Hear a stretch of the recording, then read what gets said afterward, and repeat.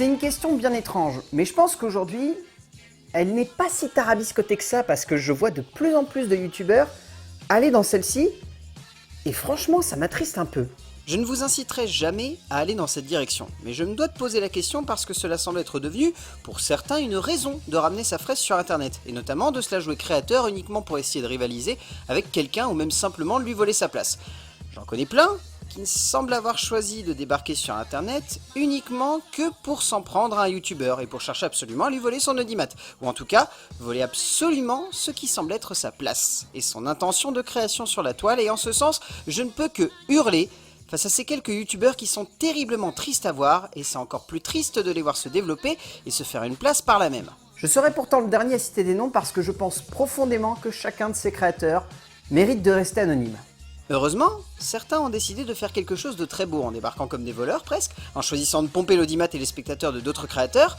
Ils se sont découverts une passion et sont ainsi devenus des créateurs sans réellement le souhaiter ou le vouloir. Et c'est en cela que leur parcours est atypique et presque beau en un sens.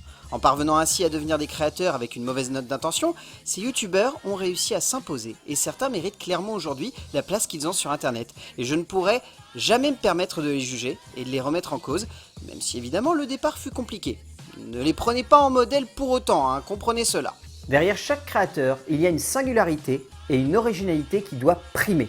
Alors imaginez, développez, concevez, ne cherchez pas forcément à prendre un modèle et à refaire exactement la même chose, car au fond, si cela reste simplement une base, comme certains me voyaient au départ comme un voleur de contenu de Durandal, je me suis simplement inspiré de sa base à lui pour créer un contenu proche, mais jamais identique ou plagié. Choisissez bien votre base de départ et ensuite prenez votre envol et acceptez cette idée que peut-être ce ne sera pas pleinement original ou même neuf ce que vous allez créer, mais qu'avec le temps, cela le deviendra peut-être. Et que c'est alors que vous serez un créateur accompli. Ne prenez pas en compte ceux qui vous traitent de voleurs. Si vous sentez que vous êtes dans votre droit, tout va bien. Par contre, si tu voles un autre, gare à toi. Tu auras forcément des retombées. Bref, après avoir terminé là-dessus, on va se reposer une question qu'on s'était déjà posée il y a quelques mois, mais qui ici aura un tout autre contexte. Pourquoi es-tu là ?